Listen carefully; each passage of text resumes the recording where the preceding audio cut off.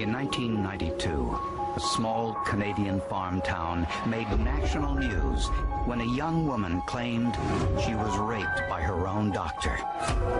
DNA testing proved the doctor was innocent, but the alleged victim insisted the DNA test was wrong.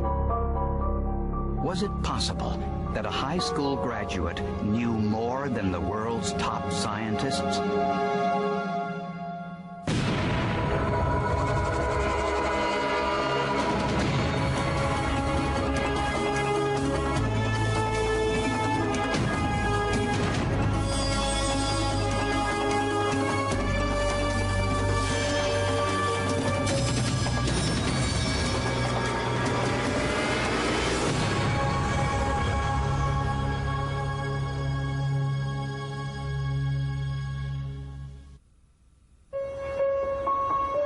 Nestled along Canada's beautiful southwestern prairie is the tiny town of Kipling, Saskatchewan.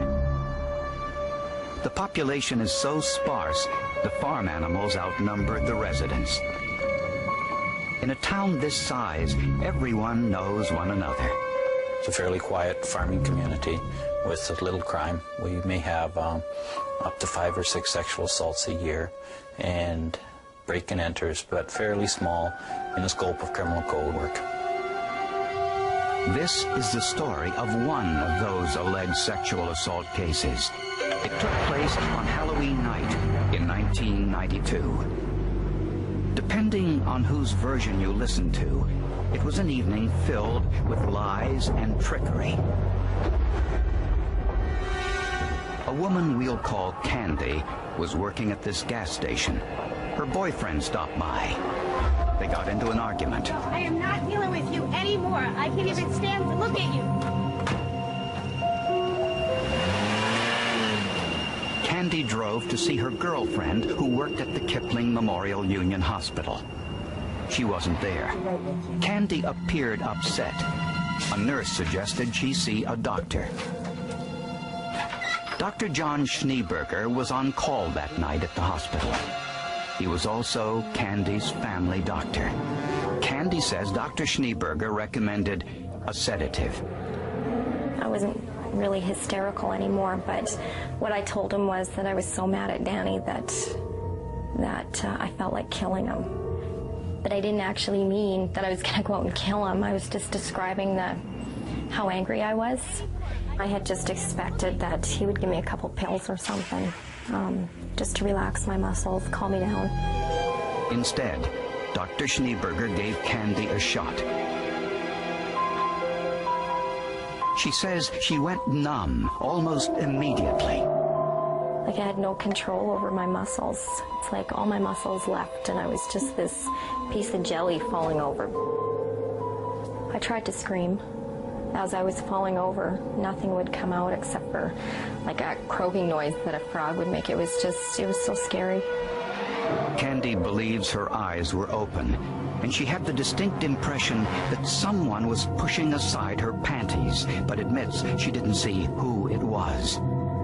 She also believes she was raped. When a dentist freezes your gums, you can't, and he's pulling your tooth out, you can't feel the pain from the tooth, but what you can feel is pressure of the tooth moving back and forth, and that's the only way I can describe it. When she regained consciousness alone in the exam room, Candy had the presence of mind to remove her panties and put them in an airtight bag. I was all wet down there, and that's what really told me, yes, you were raped. I smelt it, and it was semen. And again, that was another thing to tell me, yes, this did happen. Candy was too dizzy to leave the hospital. The nurses insisted she spend the night. She said nothing of the alleged rape. The next day, she confronted Dr. Schneeberger. I said, "The hell was that drug you gave me last night?" And he asked me, "Why? Did it give you wild dreams?" And then I knew that, oh my God, I was going to have a hell of a fight on my hands, because here now he's already covering up, eh? When Candy was released from the hospital, she spoke briefly with her parents and told them of her suspicions. You could tell by the look on her face that something terrible had happened to her, eh? Well, I was really hoping that wasn't true, eh? But when we saw her, we knew it was. She then drove to Regina, a town 2 hours' drive away, and went to a rape clinic for testing. There they found evidence of semen on her panties, jeans, and on a vaginal swab. That was part of my reasoning for going for the rape kit, to find out if this really did happen, or am I going nuts? Did my mind play some tricks on me, or what the hell's going on here? Blood tests also revealed an unusual drug in Candy's system, a drug called Versed, an anesthetic. As you start to feel the anesthetic agent, you lose the ability of your motor muscles, so that is also the ability to speak and the ability to move your muscles or arms. When Candy formally accused Dr. Schneeberger of rape, many residents of Kipling believed Candy was lying. Dr. Schneeberger was a respected member of the community. He had never been accused of anything like this before. Some believed Candy, as a single mother, was either romantically interested in the married doctor, or her motive was to get some sort of financial settlement to end the controversy.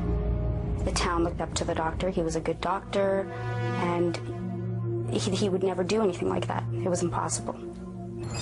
Also suspicious was the fact that Candy had said nothing to hospital nurses on the night of the alleged rape. There were 2 nurses on shift that night.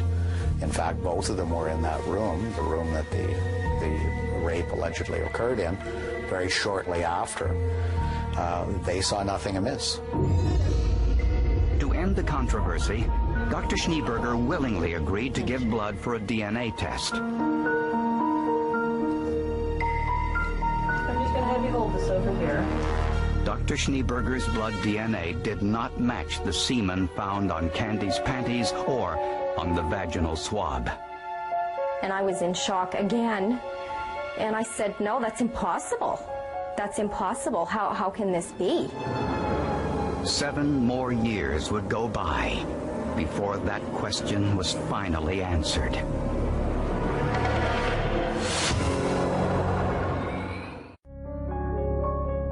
When DNA tests showed that Dr. Schneeberger was innocent of the sexual assault on his 20-year-old patient, most people in Kipling tried to put the whole thing behind them.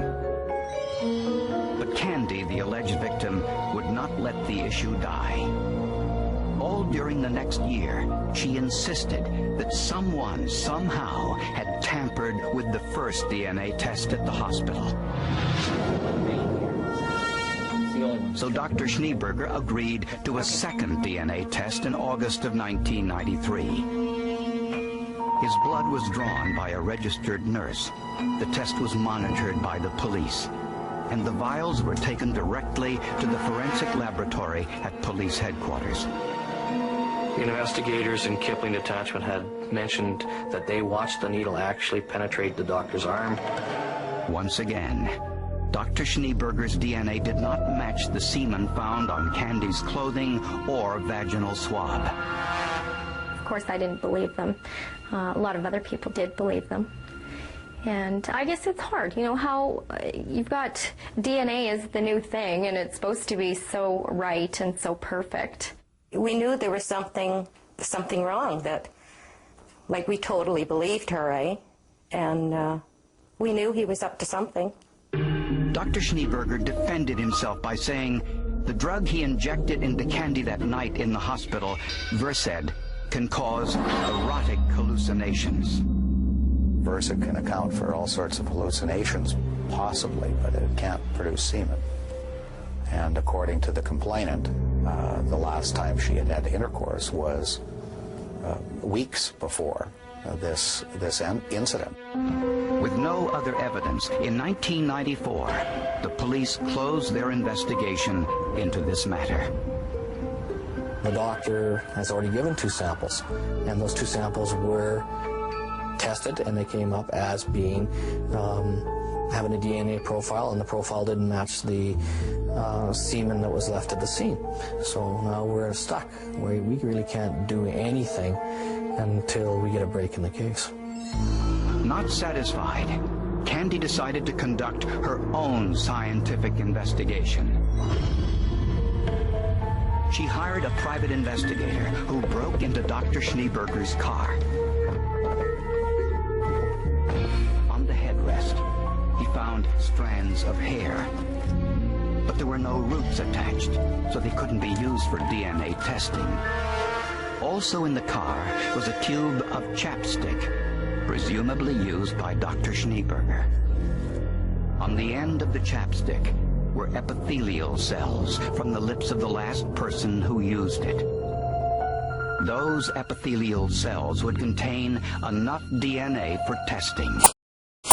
At the laboratory, Candy finally got her first piece of positive news. The DNA from the chapstick matched the DNA from the semen on Candy's vaginal swab.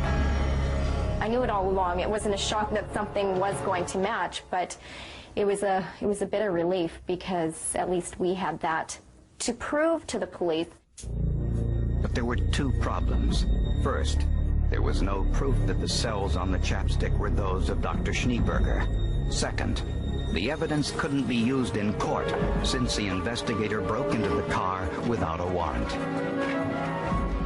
But if the lip cells on the chapstick were those of Dr. Schneeberger, why did the DNA from his lips differ from his blood sample? To find out, Candy filed a civil suit against Dr. Schneeberger and brought charges against him with the local medical society. At the hearing, Candy sat directly across from Dr. Schneeberger's wife. If looks could kill, I would have been dead. Lisa was sitting across the table from me, and she just sat there with her arms crossed, just glaring at me like, "You little bitch, you are ruining our lives." And I just sat in my chair thinking, oh my God, you're so stupid, you know? You are so stupid, and if you don't watch it, it's going to happen to your kids too. All of this pressure prompted Dr. Schneeberger to agree to yet another DNA test. This time, the procedure was videotaped by police and performed at their forensics lab. The doctor appears friendly and helpful. The technician wants to take blood from his finger, but the doctor politely refuses, saying he has a disease that would cause his hands to bruise. That's how we usually take the sample. We don't need much blood. Since this is a voluntary test, the doctor can't be forced to do anything against his will. So the technician inserts a needle into his left arm instead. Nothing comes out. She tries another tube, but still has trouble. Sometimes the vacuum is poor in them and would not pull the blood out of the individual's arm. Eventually, she was able to extract a sample. Afterwards, the nurse was puzzled. It's a little straight into that, like the blood doesn't work.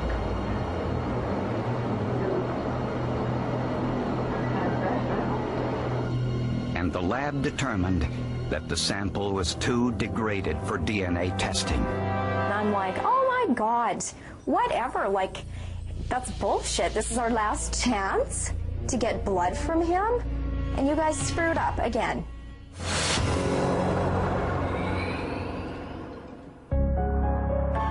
Even the police were suspicious when a DNA sample from a tube of chapstick found in Dr. Schneeberger's car matched the semen from Candy's vaginal swab. But since Dr. Schneeberger had passed 2 prior blood DNA tests, officials were hesitant to charge him. Because of his submitting voluntarily to a DNA sample, it gave him the out that it wasn't me. There's a DNA sample showing it is not. The only person who had an opportunity, limited as it was her doctor. But we believed in the DNA testing. I mean, we believed in the science of DNA. They had to follow the rules of the Canadian justice system. I call it the Canadian criminal system, because that's basically what it is. It's the criminals that have all the rights. On April 25th, 1997, 5 years after the alleged rape, police got a break. Startling new information was discovered inside the doctor's own home. Schneeberger's stepdaughter, his wife's biological child, claimed that the doctor raped her too. The 13-year-old found a used condom wrapper in her bed. For several years, the youngster believed her stepfather had been coming into her room at night and giving her injections. His wife discovered a box full of condoms, needles, and drugs, including Versed, in the doctor's home office. I blame myself. I still blame myself. I screamed, I bawled, I was pretty disgusted because all of these years, I mean, I'm fighting to get the truth out, but also to make sure that it didn't happen to anybody else. Dr. John Schneeberger was arrested and ordered to undergo yet another DNA test. Again, the procedure was videotaped. Also advise you that we have a warrant to obtain bodily substances for the purpose. The doctor was withdrawn and silent. Police took several samples, hair, saliva, then blood. Taken from his finger, not his arm. And this time, a surprise. DNA from all 3 samples matched DNA found on Candy's vaginal swab. Oh, that was wonderful. That was what I had wanted all along. I mean, I had even offered to go chop an arm off. I would have socked him one in the nose to get that blood, no problem. It was quite a happy day because we knew we had him. That Candy was right and everybody else that didn't believe her was wrong. But a big question remained unanswered. How did Dr. Schneeberger fool the previous blood DNA tests? It was a puzzle how those samples had come to be different than the lanced finger. Even if we knew there was something different, there was no way that we could prove anything. Especially since the nurses and police all witnessed the needle being inserted into Dr. Schneeberger's arm while the blood was drawn. On the stand, Dr. Schneeberger would reveal his secret.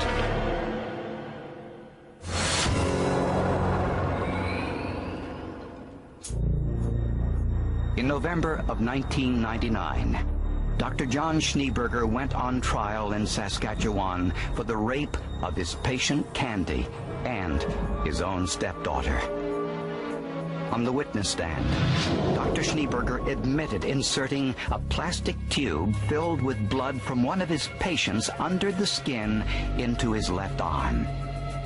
This is why he insisted that the blood be drawn from his left arm rather than anywhere else. If you look closely at the videotape of that blood test, you'll see that the doctor is careful to pull his sleeve only so high so as not to reveal the incision where he inserted the tube. And for a brief moment, you can see the tube protruding from his arm. But by the time the 3rd test was done, 5 years after the rape accusation, the blood in the tube was old and dark, which explains why the technician was suspicious. Dr. Schneeberger, however, denied raping Candy. He claims Candy broke into his home, stole a used condom, and smeared it on her clothes in an attempt to frame him. He said he used his patient's blood for the DNA tests because he had no other way to defend himself. It was very frustrating not being able to have all the answers, but it finally did come together after 7 years and 24 days. You have to be careful when you're dealing with forensic science. The scientists can tell you what the results are as produced in the lab, but they cannot vouch for the reliability of the samples that they're testing. Dr. Schneeberger was found guilty of sexually assaulting Candy as well as drugging her and obstructing justice. He was also convicted of sexually assaulting his stepdaughter and was sentenced to 6 years in prison. You run across strong-willed individuals often. Sometimes the strong-willed individuals are right and sometimes they're wrong. And this particular strong-willed person was right, and she was right all along, and she was determined to see that what happened to her didn't happen to anyone else. I'm so proud of Candy. If it was me, I don't know if I could handle everything that she went through. It was just, and the test came back negative and she had to fight, and it was just a constant battle. Everything was a constant battle.